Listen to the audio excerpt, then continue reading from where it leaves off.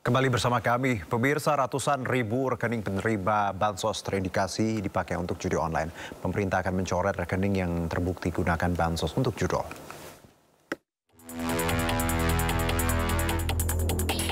Baru-baru ini PPATK menemukan 571 ribu rekening penerima bansos terindikasi dipakai untuk judi online. Uang yang berputar pun mencapai 957 miliar rupiah. Pemerintah dengan tegas akan mencoret penerima yang terbukti gunakan bansos untuk judol. Itu kan baru dari satu bank, itu pun hanya tahun 2024. Jadi ini cukup mengejutkan dan ini menjadi bahan kami untuk evaluasi pada penyaluran triwulan ketiga nanti. Kalau memang terbukti bahwa mereka benar-benar ikut judol dan sengaja bansos itu digunakan untuk keperluan judol, maka tentu kita akan coret dan kita alihkan kepada mereka yang lebih berhak. Sementara itu, PPATK juga mencatat jumlah pemain judi online di tahun 2025 mencapai 8,8 juta orang. 71,6% pemain judi online berpenghasilan di bawah 5 juta rupiah. Pemerintah sendiri sudah bergerak berantas judol dengan membentuk Des Pemberantasan Judi Online yang dipimpin Kemenko Polkam. Ratusan ribu situs judol sudah diblokir. Sejumlah pegawai Komdigi yang diduga terlibat judol juga sudah ditangkap. Namun, judi online masih merajalela di Indonesia. Tim Liputan iNews melaporkan. Sementara itu, Mensesnek Prasetyo Hadi menyatakan dugaan judi online dari bansos ini menjadi bahan evaluasi pemerintah dalam penyaluran bantuan sosial. Salah satunya perbaikan data penerima agar penerima manfaat lebih tepat sasaran. Penerima bantuan sosial yang ternyata terdeteksi, ya, saudara-saudara kita itu juga melakukan aktivitas judi online. Gitu. Nah, disinilah sebagaimana yang sudah berkali-kali kami sampaikan bahwa alhamdulillah hari ini kita punya namanya data SEN, ya, data tunggal sosial ekonomi nasional kita yang itu sudah menyatukan seluruh data yang kita miliki. Nah, dari situlah betapa pentingnya penyatuan data ini untuk memperbaiki, supaya para penerima manfaat dari program-program pemerintah itu betul-betul tepat sasaran. Nah, dalam kaitannya dengan teman-teman atau saudara-saudara kita yang bansosnya justru terdeteksi diduga dipergunakan untuk melakukan tindak judi online, ya tentu akan kita. Tak hanya itu, ternyata nomor induk kependudukan penerima bansos tidak hanya tercatat dalam transaksi judol, tetapi juga dalam tindak pidana korupsi hingga pendanaan terorisme. Bahkan 100 NIK tercatat dalam kegiatan pendanaan terorisme. Satu bank ya?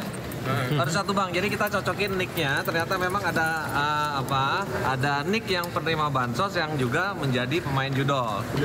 Ya, itu 500.000 sekian. Tapi ternyata ada juga NIK-nya yang terkait dengan tindak pidana korupsi, bahkan ada yang pendanaan terorisme ada. Lebih dari 100 orang itu NIK-nya teridentifikasi terlibat mengenai kegiatan. Puluhan pencari kerja di Kabupaten Bekasi, Jawa Barat datangi rumah seorang penyalur tenaga kerja karena tidak kunjung dipekerjakan di salah satu perusahaan yang dijanjikan. Bahkan para pencari kerja sudah membayar sejumlah uang hingga 14 juta rupiah agar dapat dipekerjakan. Lu ngapa orang sini katanya tuh ke dia awalan. Hei, saya orang sini. Orang sini mana? Orang sini bukan orang bukan mobil lu. Lu ngotorin kampung gua. Puluhan pencari kerja datang ke rumah seorang penyalur tenaga kerja LPK Janur Persada Nusantara di Kampung Pulau Kapuk, Desa Mekartukti, Kecamatan Cikarang Utara, Kabupaten Bekasi, Jawa Barat. Liatin gua melotot-melotot. Siapa?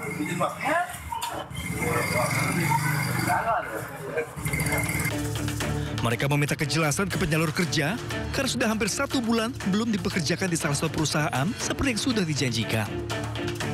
Bahkan diketahui, para pencari kerja ini sudah membayar 4 juta hingga 14 juta rupiah per orang ke yayasan. Total, lebih dari 21 orang pencari kerja merasa tertipu dan ingin uangnya dikembalikan.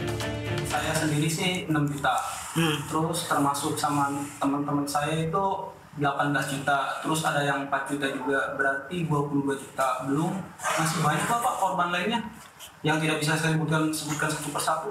Nah terus ini dijanjikan untuk PT perusahaan apa yang dijanjikan masuk kerja? PT Media. PT apa Bang? PT Media. Nah terus untuk hasil hari ini Bang, gimana kelanjutan Bang? Nggak ada kelanjutan sampai saat ini Pak. Dulu saya itu dijanjikan waktu tanggal 10 Juni. 10 Juni itu katanya masuk kerja itu tanggal 12 Juni. Tapi sampai saat ini tidak ada titik temu dan tidak ada kelanjutan. Kini, dugaan kasus penipuan tenaga kerja tersebut masih dalam penyidikan petugas kepolisian Polsek Cikarang Utara dan Mapolres Metro Bekasi. Dari Kabupaten Bekasi, Jawa Barat, Didi Junaidi, iNews melaporkan. Kita beralih ke informasi berikutnya. Pemirsa, PT Bank MNC International Tbk atau MNC Bank membuka cabang baru di kota Samarinda, Kalimantan Timur. Pembukaan kantor cabang baru ini untuk memperluas jaringan operasional MNC Bank di Indonesia.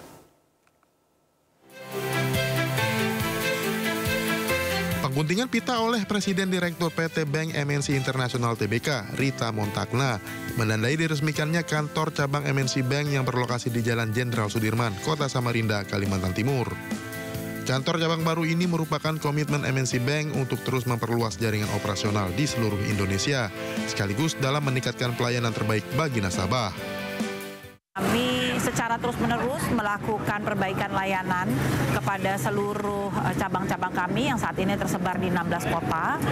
Salah satunya di Samarinda ini. Kami harapkan bahwa layanan kami kepada masyarakat sekitar dan nasabah yang ada di Samarinda itu bisa lebih baik dan lebih bagus deh untuk kita berikan kepada mereka. Dalam kesempatan ini, MNC Bank juga memberikan grand prize tabungan dahsyat berhadiah kepada Yuwono Siau, salah satu nasabah setia yang beruntung membawa pulang 1 unit Toyota Fortuner. Hati sangat senang sekali karena tidak disangka momen di saat Valentine Day ya. Hadiah itu muncul tiba-tiba. Terima kasih banyak MNC. MNC Bank berkomitmen akan terus menghadirkan layanan terbaik dan inovatif yang berorientasi pada kepuasan nasabah di seluruh Indonesia. Dari Samarinda, Kalimantan Timur, Ardi Wirya, iNews melaporkan. Presiden Prabowo Subianto melanjutkan lawatan luar negerinya ke Eropa usai menghadiri KTT BRICS di Brazil. Salah satu agenda pentingnya adalah menghadiri perayaan Hari Bastille di Prancis atas undangan khusus dari Presiden Emmanuel Macron.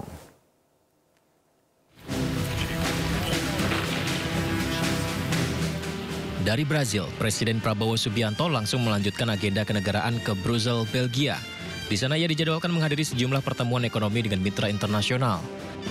Setelah itu, Presiden melanjutkan lawatannya ke Paris, Prancis untuk memenuhi undangan resmi dari Presiden Emmanuel Macron dalam rangka peringatan Hari Bastille yang jatuh pada 14 Juli. Kehadiran Presiden dalam parade militer Bastille Day menjadi bentuk penghormatan tinggi dari pemerintah Prancis kepada Indonesia. Ini sekaligus menjadi kunjungan balasan setelah Macron datang ke Indonesia beberapa waktu lalu. Dan untuk pertama kalinya, pasukan gabungan TNI dan Polri akan turut tampil dalam parade Bastille Day. Undangan dari Presiden Macron dan pemerintah Prancis untuk menghadiri Hari Bastille Day tanggal 14. Ini bagian dari kehormatan balasan dari kunjungan Presiden Macron beberapa waktu yang lalu ke Indonesia. Termasuk di situ untuk pertama kalinya akan tampil di acara parade itu adik-adik kita dari TNI maupun Polri ya, sebagai pasukan defile yang memeriahkan perayaan Hari Bastille tersebut. Ini penghormatan yang luar biasa untuk bangsa Indonesia. Lawatan kenegaraan ini juga menjadi momentum penguatan kerjasama Indonesia-Prancis di berbagai sektor strategis seperti pertahanan, energi, kebudayaan, dan pariwisata. Tim Liputan iNews melaporkan. BMKG memprediksi